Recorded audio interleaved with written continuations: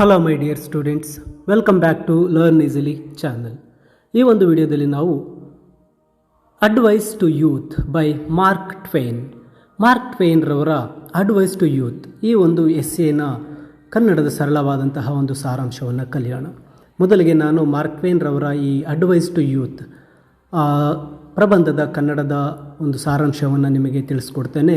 ಪೂರ್ತಿಯಾಗಿ ಕೇಳಿ, ನಂತರ ಇದರ ಸಮರಿಯ PDF ವಿಡಿಯೋದ ಡಿಸ್ಕ್ರಿಪ್ಷನ್ನಲ್ಲಿ ನಿಮಗೆ ಸಿಗುತ್ತೆ. ಮಾರ್ಕ್ ಟ್ವೇನ್ ರವರ ಈ ಅಡ್ವೈಸ್ ಟು ಯೂತ್ 1882ರಲ್ಲಿ ಬರೆದಂತಹ ಒಂದು ಕ್ರಿಟಿಸೈಸ್ ಅಥವಾ ಒಂದು ವಿಡಂಬನಾತ್ಮಕವಾದಂತಹ ಒಂದು ಪ್ರಬಂಧವಾಗಿದೆ. ಇದು ಸುಮಾರು ಶತಮಾನದ ಹಿಂದೆ ಬರೆದಾದರೂ ಸಹ ಇಂದಿಗೂ ಸಹ ಇದೊಂದು ಪ್ರಬಲವಾದಂತಹ ಸಂದೇಶವನ್ನು ನೀಡ್ತಕ್ಕಂತಹ ಒಂದು ಎಸ್ಸೆ ಆಗಿರುತ್ತೆ.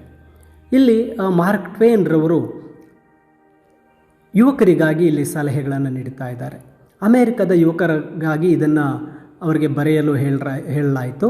ಸಮಾಜದ ಮಾನದಂಡಗಳನ್ನು ಎತ್ತಿ ಹಿಡಿಯಲು ಯುವಕರನ್ನು ರೂಪಿಸುವ ಮತ್ತು ಆ ಯುವಕರನ್ನು ಒಬ್ಬ ವ್ಯಕ್ತಿಗಳನ್ನಾಗಿ ಮಾಡಲು ಮಾರ್ಕ್ ಟ್ವೇನ್ ರವರಿಗೆ ಈ ಒಂದು ಅವಕಾಶವನ್ನು ನೀಡಿರ್ತಾರೆ. ಅವರು ಅದನ್ನು ಬಳಸ್ಕೊಂಡಿರ್ತಾರೆ.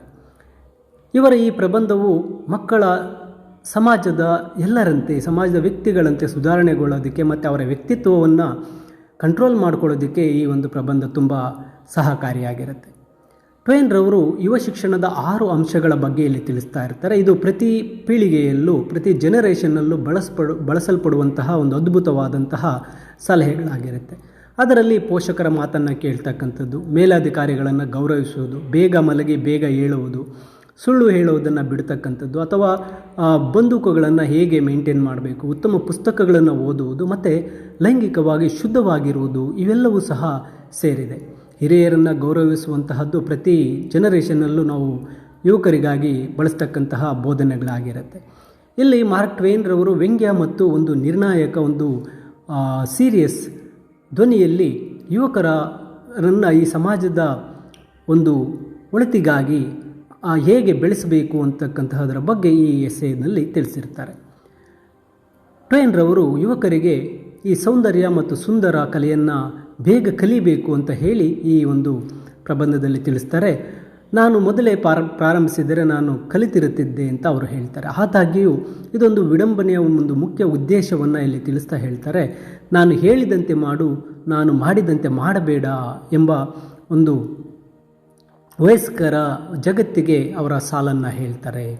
ಮಾರ್ಕ್ ಟ್ವೇನ್ ರವರು ಈ ಒಂದು ಎಸ್ಸೆನ ಮೂಲಕ ಈ ಕಿರಿಯ ಪೀಳಿಗೆ ಏನು ಈ ಯುವ ಜನತೆ ಅಂತಕ್ಕಂಥದ್ದು ಏನಿರುತ್ತೆ, ಆ ಯುವ ಜನರು ಹೇಗೆ ಒಂದು ಸದ್ಗುಣಗಳನ್ನು ಪಡಿಬೇಕು ಮತ್ತು ಅವುಗಳ ಪ್ರಯೋಜನಗಳನ್ನು ಯಾವ ರೀತಿ ಕಲಿಬೇಕು ಮತ್ತು ನೈತಿಕ ಸಂಹಿತೆಯನ್ನು ಯಾವ ರೀತಿ ಅವರು ನಡ್ಕೋಬೇಕು ಅಂತಕ್ಕಂಥದ್ದನ್ನು ತಿಳಿಸ್ತಾ ಹೋಗ್ತಾರೆ. ಮಾರ್ಕ್ ಟ್ವೇನ್ ರವರು ಯುವಕರಿಗೆ ನೀಡಿದ ಮೊದಲ ಸಲಹೆ ಎಂದರೆ ಯಾವಾಗಲೂ ತಮ್ಮ ಹೆತ್ತವರಿಗೆ ವಿಧೇಯರಾಗಿರಬೇಕು.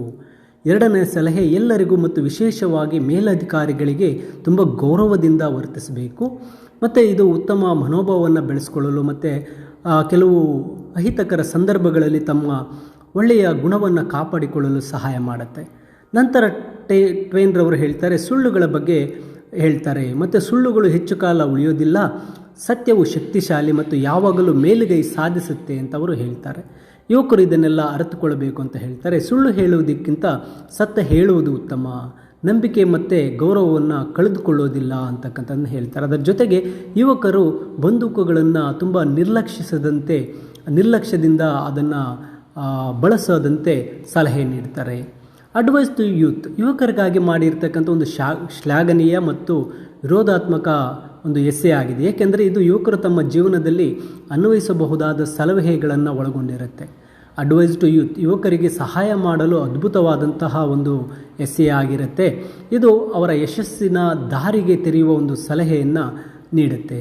ಈ ಎಸ್ಸೆಗೆ ಒಂದು ಪ್ರತಿಕ್ರಿಯೆ ನಮ್ಮ ಯುವಕರಿಗೆ ನಮ್ಮ ಹೆತ್ತವರಿಗೆ ಹೇಳೋದು, ನಾವು ಅನುಸರಿಸಬೇಕಾಗಿರ್ತಕ್ಕಂತಹ 10 ಆಜ್ಞೆಗಳಲ್ಲಿ ಇದು ಒಂದಾಗಿದೆ ಅಂತ ಟ್ವೇನ್ ರವರು ಹೇಳ್ತಾರೆ.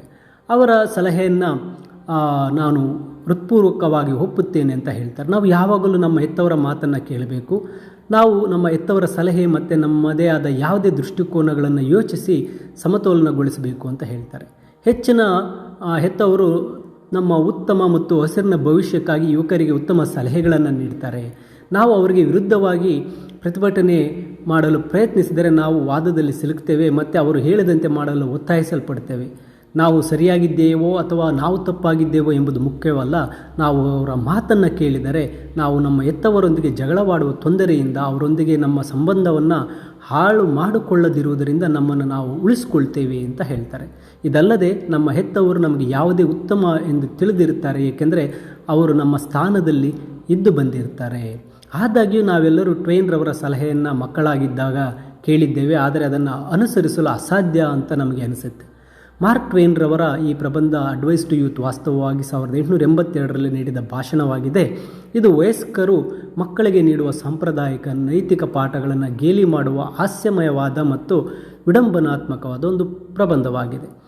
ಈ ಗಂಭೀರ ಮಾರ್ಗದರ್ಶನವನ್ನು ನೀಡುವ ಬದಲು ಟ್ವೈನ್ ಅಧಿಕಾರದಲ್ಲಿನ ವಿರೋಧಾಭ್ಯಾಸಗಳನ್ನು ಬಯಲು ಮಾಡಲು ಮತ್ತು ಸಮಾಜದ ಬೂಟಾಟಿಕೆಯನ್ನು ಎತ್ತಿ ಹಿಡಿಯಲು ಸಾಂಪ್ರದಾಯಿಕ ಬುದ್ಧಿವಂತಿಕೆಯನ್ನು ತಮಾಷೆಯಾಗಿ ತಿರುಚಿರುತ್ತಾರೆ. ಅವರ ಹಾಸ್ಯಮಯ ಧ್ವನಿ ಒಂದು ಪ್ರಮಾಣಿತ ಉಪನ್ಯಾಸದಂತೆ ಕಾಣುವುದನ್ನು ಸಾಮಾಜಿಕ ರೂಢಿಗಳಲ್ಲಿ ತೀಕ್ಷ್ಣವಾದ ವಿಮರ್ಶೆಯಾಗಿ ಪರಿವರ್ತನೆ ಮಾಡಿರುತ್ತೆ. ಇವರು ಆ ಒಂದು ಎಸೆಯಲ್ಲಿ ತಿಳಿಸಿರ್ತಕ್ಕಂಥದ್ರಲ್ಲಿ ಮೊದಲಿಗೆ ಪೋಷಕರಿಗೆ ವಿಧೇಯರಾಗಿರುವುದು. ಟ್ವೇನ್ ಯುವಕರಿಗೆ ತಮ್ಮ ಹೆತ್ತವರಿಗೆ ವಿಧೇಯರಾಗಿರಲು ಸಲಹೆ ನೀಡ್ತಾರೆ. ಆದರೆ ಅವರು ನೋಡುತ್ತಿರುವಾಗ ಮಾತ್ರ ಈ ವಿಧಾನವು ಹೆತ್ತವರನ್ನು ಸಂತೋಷವಾಗಿರಿಸುತ್ತೆ ಮತ್ತು ಮಕ್ಕಳಿಗೆ ಅವರ ಬೆನ್ನ ಹಿಂದೆ ತಮಗೆ ಬೇಕಾದ್ದನ್ನು ಪಡೆಯಲು ಅವಕಾಶ ನೀಡುತ್ತೆ ಅಂತ ಅವರು ವ್ಯಂಗ್ಯವಾಗಿ ಹೇಳಿರ್ತಾರೆ. ಇದು ಅನೇಕ ಜನರು ನಿಜವಾದ ಗೌರವದಿಂದಲ್ಲ, ಆದರೆ ಪರಿಣಾಮಗಳ ಭಯದಿಂದ ನಿಯಮಗಳನ್ನು ಅನುಸರಿಸುತ್ತಾರೆ ಎಂಬುದು ವಾಸ್ತವ ಅಂತ ಅವರು ಈ ಎಸೆಯಲ್ಲಿ ಹೇಳ್ತಾರೆ. ನಂತರ ಎರಡನೇದಾಗಿ ಮೇಲಧಿಕಾರಿಗಳಿಗೆ ಗೌರವ. ಟ್ವೇನ್ ಯುವಕರಿಗೆ ತಮ್ಮ ಹಿರಿಯರನ್ನು ಗೌರವಿಸಲು ಒಂದು ಕಾಮಿಡಿಯಾಗಿ ಹೇಳಿರ್ತಾರೆ, ಅಣಕವಾಗಿ ಹೇಳಿರ್ತಾರೆ. ಆದರೆ ಅವರು ಒಂದು ಕುತಂತ್ರದ ತಿರುವನ್ನು ಸೇರಿಸ್ತಾರೆ. ಯಾರಾದರೂ ನಿಮಗೆ ಅಪಮಾನ ಮಾಡಿದರೆ ತಕ್ಷಣವೇ ಪ್ರತಿಕಾರ ತೀರಿಸಿಕೊಳ್ಳಬೇಡಿ, ಪ್ರತಿಕಾರ ತೀರಿಸಿಕೊಳ್ಳಲು ಸರಿಯಾದ ಕ್ಷಣಕ್ಕಾಗಿ ಕಾಯಿರಿ. ಬಹುಶಃ ಇಟ್ಟಿಗೆಯಿಂದ ಅವರು ತಮಾಷೆ ಮಾಡ್ತಾರೆ. ಅಂದರೆ ಅಪಮಾನವು ಆಕಸ್ಮಿಕವಾಗಿದ್ದರೆ ನಂತರ ಸಭ್ಯ ಕ್ಷಮೆಯಾಚನೆಯೇ ವಿಷಯಗಳನ್ನು ಸುಗಮಗೊಳಿಸುತ್ತೆ ಅಂತ ಅವರು ಸೇರಿಸಿ ಹೇಳ್ತಾರೆ. ಈ ಒಂದು ಸಲಹೆ ಸಮಾಜ ಹೇಗೆ ಸಭ್ಯತೆಯನ್ನು ಉತ್ತೇಜಿಸುತ್ತದೆ ಮತ್ತು ಅದರ ರಹಸ್ಯವಾಗಿ ಪ್ರತಿಕಾರ ಮತ್ತು ದ್ವೇಷವನ್ನು ಪ್ರೋತ್ಸಾಹಿಸುತ್ತದೆ ಎಂಬುದನ್ನು ಗೇಲಿ ಮಾಡಿ ಹೇಳ್ತಾರೆ. ನಂತರ ಮೂರನೇ ಸಲಹೆಯಾಗಿ ಸಮಯ ಪಾಲನೆ ಮತ್ತು ನಿದ್ರೆಯ ಅಭ್ಯಾಸಗಳು. ಬೇಗ ಮಲಗಿ ಬೇಗ ಏಳುವುದು ಮನುಷ್ಯನನ್ನು ಆರೋಗ್ಯವಂತ, ಶ್ರೀಮಂತ ಮತ್ತು ಬುದ್ಧಿವಂತನನ್ನಾಗಿ ಮಾಡುತ್ತೆ ಎಂಬ ಪ್ರಸಿದ್ಧ ಹೇಳಿಕೆಯನ್ನು ಮತ್ತು ಲಾರ್ಕೋದಿಂದಿಗೆ ಎದ್ದೇಳು ಎಂಬ ನುಡಿಗಟ್ಟನ್ನು ಟ್ವೇನ್ ಗೇಲಿ ಮಾಡ್ತಾರೆ. ಮಾದರಿ ನಾಗರಿಕನಂತೆ ಬೆಳಗಿನ ಜಾವದಲ್ಲಿ ಎಚ್ಚರಗೊಳ್ಳುವ ಬದಲು ಅವರು ಲಾರ್ಕ್ ಪಕ್ಷಿಗೆ ಬೆಳಗ್ಗೆ 9:30ಕ್ಕೆ ನಿಮ್ಮನ್ನು ಎಬ್ಬಿಸಲು ತರಬೇತಿ ನೀಡಲು ಸಲಹೆ ನೀಡುತ್ತಾರೆ. ಇದು ನಿಮಗೆ ಶಿಸ್ತುಬದ್ಧವಾಗಿ ಕಾಣುವಾಗಲೂ ಮಲಗುವಾಗಲೂ ಅನುವು ಮಾಡಿಕೊಡುತ್ತೆ. ಇದು ಕಟ್ಟುನಿಟ್ಟಾದ ದಿನಚರಿಗಳ ಬಗ್ಗೆ ಸಮಾಜದ ಗೀಳನ್ನು ಮತ್ತು ಬೇಗ ಎಚ್ಚರಗೊಳ್ಳುವುದು ಯಶಸ್ಸಿಗೆ ಕೀಲಿಯಾಗಿದೆ ಎಂಬುದ ಕಲ್ಪನೆಯನ್ನು ಗೇಲಿ ಮಾಡ್ತಾ ಹೇಳ್ತಾರೆ. ಸುಳ್ಳು ಹೇಳುವ ಕಲೆ. ಸುಳ್ಳು ಹೇಳುವುದು ಒಂದು ಕೌಶಲ್ಯ ಎಂದು ಟ್ವೈನ್ ಒಪ್ಪಿಕೊಳ್ತಾರೆ. ಇದು ಎಚ್ಚರಿಕೆಯ ಅಭ್ಯಾಸದ ಅಗತ್ಯವಿರುತ್ತೆ. ಕಳಪೆಯಾಗಿ ಹೇಳಿದ ಸುಳ್ಳು ನಿಮ್ಮ ಖ್ಯಾತಿಯನ್ನು ಹಾಳು ಮಾಡುತ್ತೆ ಎಂದು ಅವರು ಎಚ್ಚರಿಸ್ತಾರೆ. ಆದರೆ ಉತ್ತಮವಾಗಿ ರಚಿಸಿದ ಮನವರಿಕೆಯಾಗುವಂತಹ ಒಂದು ಸುಳ್ಳು ಶಾಶ್ವತವಾಗಿ ಉಳಿಯಬಹುದು ಅಂತ ಅವರು ವ್ಯಂಗ್ಯವಾಗಿ ಹೇಳ್ತಾರೆ. ಒಬ್ಬರು ಮನವರಿಕೆಯಾಗುವಂತೆ ಸುಳ್ಳು ಹೇಳಲು ಸಾಧ್ಯವಾಗದೇ ಇದ್ದಾಗ ಮಾತ್ರ ಪ್ರಾಮಾಣಿಕತೆಯನ್ನು ಅವರು ಸಲಹೆ ನೀಡ್ತಾರೆ. ಸತ್ಯ ಮತ್ತು ವಂಚನೆ. ಈ ತಮಾಷೆಯು ವಯಸ್ಕರ ವೈಯಕ್ತಿಕ ಲಾಭಕ್ಕಾಗಿ ಸತ್ಯಗಳನ್ನು ತಿರುಚುವಾಗ ಮಕ್ಕಳಿಗೆ ಸುಳ್ಳು ಹೇಳುವುದು ಅನೈತಿಕ ಎಂದು ಕಲಿಸುವ ಪ್ರಪಂಚದ ಬೂಟಾಟಿಕೆ ಇಲ್ಲಿ ಎತ್ತಿ ತೋರಿಸ್ತಾರೆ. ನಂತರದ ಒಂದು ಅಂಶ ಬಂದೂಕುಗಳನ್ನು ನಿರ್ವಹಿಸುವುದು. ಬಂದೂಕು ಸುರಕ್ಷತೆಯ ಬಗ್ಗೆ ಒಂದು ಅಂಶವನ್ನು ಮಾಡಲು ಇಲ್ಲಿ ಟ್ವೈನ್ ಡಾರ್ಕ್ ಒಂದು ರಹಸ್ಯವನ್ನು ಬಳಸ್ತಾರೆ. ಒಬ್ಬ ಹುಡುಗ ತನ್ನ ಅಜ್ಜಿಯ ಕಡೆಗೆ ಖಾಲಿ ಬಂದೂಕನ್ನು ತೋರಿಸಿದಾಗ ಅದು ಅದ್ಭುತವಾಗಿ ಗುಂಡು ಹಾರಿಸಿತು ಎಂಬ ಕಥೆಯನ್ನು ಹೇಳ್ತಾರೆ. ನಂತರ ಅವರು ಎಲ್ಲ ಬಂದೂಕುಗಳನ್ನು ಲೋಡ್ ಮಾಡಲಾಗಿದೆ ಮತ್ತು ಗುಂಡು ಹಾರಿಸಲು ಸಮರ್ಥವಾಗಿದೆ ಅಂತ ನಂಬಬೇಕು ಅಂತ ಹೇಳ್ತಾರೆ. ಅವು ಖಾಲಿಯಾಗಿದ್ದರೂ ಸಹ ಎಂದು ಒಂದು ನಾಟಕೀಯವಾಗಿ ಅವರಿಗೆ ಎಚ್ಚರಿಕೆಯನ್ನು ನೀಡುತ್ತಾರೆ. ಈ ಎಚ್ಚರಿಕೆ ಅವರ ಕಾಲದಲ್ಲಿ ಬಂದೂಕುಗಳ ಬಗ್ಗೆ ಸಾಮಾನ್ಯ ವರ್ತನೆಯನ್ನು ಗೇಲಿ ಮಾಡುತ್ತೆ ಮತ್ತು ಶಸ್ತ್ರಾಸ್ತ್ರಗಳೊಂದಿಗೆ ನಿರ್ಲಕ್ಷ್ಯವಾಗಿರುವುದು ನಿಜವಾದ ಪರಿಣಾಮವನ್ನು ಹೊಂದಿದೆ ಎಂಬ ಗಂಭೀರ ಸತ್ಯವನ್ನು ಇಲ್ಲಿ ಒತ್ತಿ ಹೇಳ್ತಾರೆ. ನಂತರ ಉತ್ತಮ ಪುಸ್ತಕಗಳನ್ನು ಓದುವುದು. ಟ್ವೈನ್ ಮಾರ್ಕ್ ಯುವಕರಿಗೆ ಆಕರ್ಷಕ ಮತ್ತು ಚಿಂತನೆ ಮತ್ತು ಪ್ರಚೋದಕ ಸಾಹಿತ್ಯದ ಬದಲು ರಾಬರ್ಟ್ಸನ್ ರವರ ಧರ್ಮೋಪದೇಶಗಳಂತಹ ನೀರಸ ನೈತಿಕ ಪುಸ್ತಕಗಳನ್ನು ಓದಲು ವ್ಯಂಗ್ಯವಾಗಿ ಶಿಫಾರಸು ಮಾಡ್ತಾರೆ.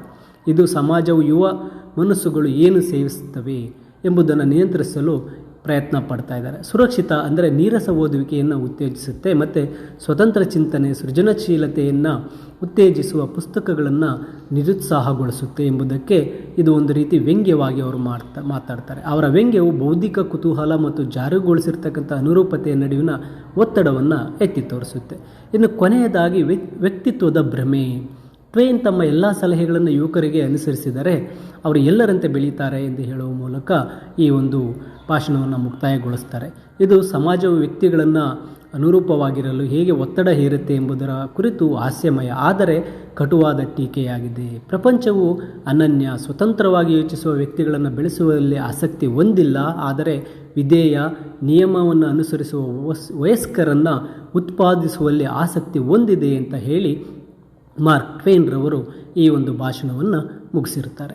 ಮೈ ಡಿಯರ್ ಸ್ಟೂಡೆಂಟ್ಸ್, ಈ ಒಂದು ಕನ್ನಡದ ಎಕ್ಸ್ಪ್ಲನೇಷನ್ನೊಂದಿಗೆ ಇಂಗ್ಲೀಷ್ ಸಮರಿಯ PDF ವಿಡಿಯೋದ ಡಿಸ್ಕ್ರಿಪ್ಷನ್ನಲ್ಲಿರುತ್ತೆ, ನೀವು ಡೌನ್ಲೋಡ್ ಮಾಡಿ ಓದಿಕೊಳ್ಳಿ.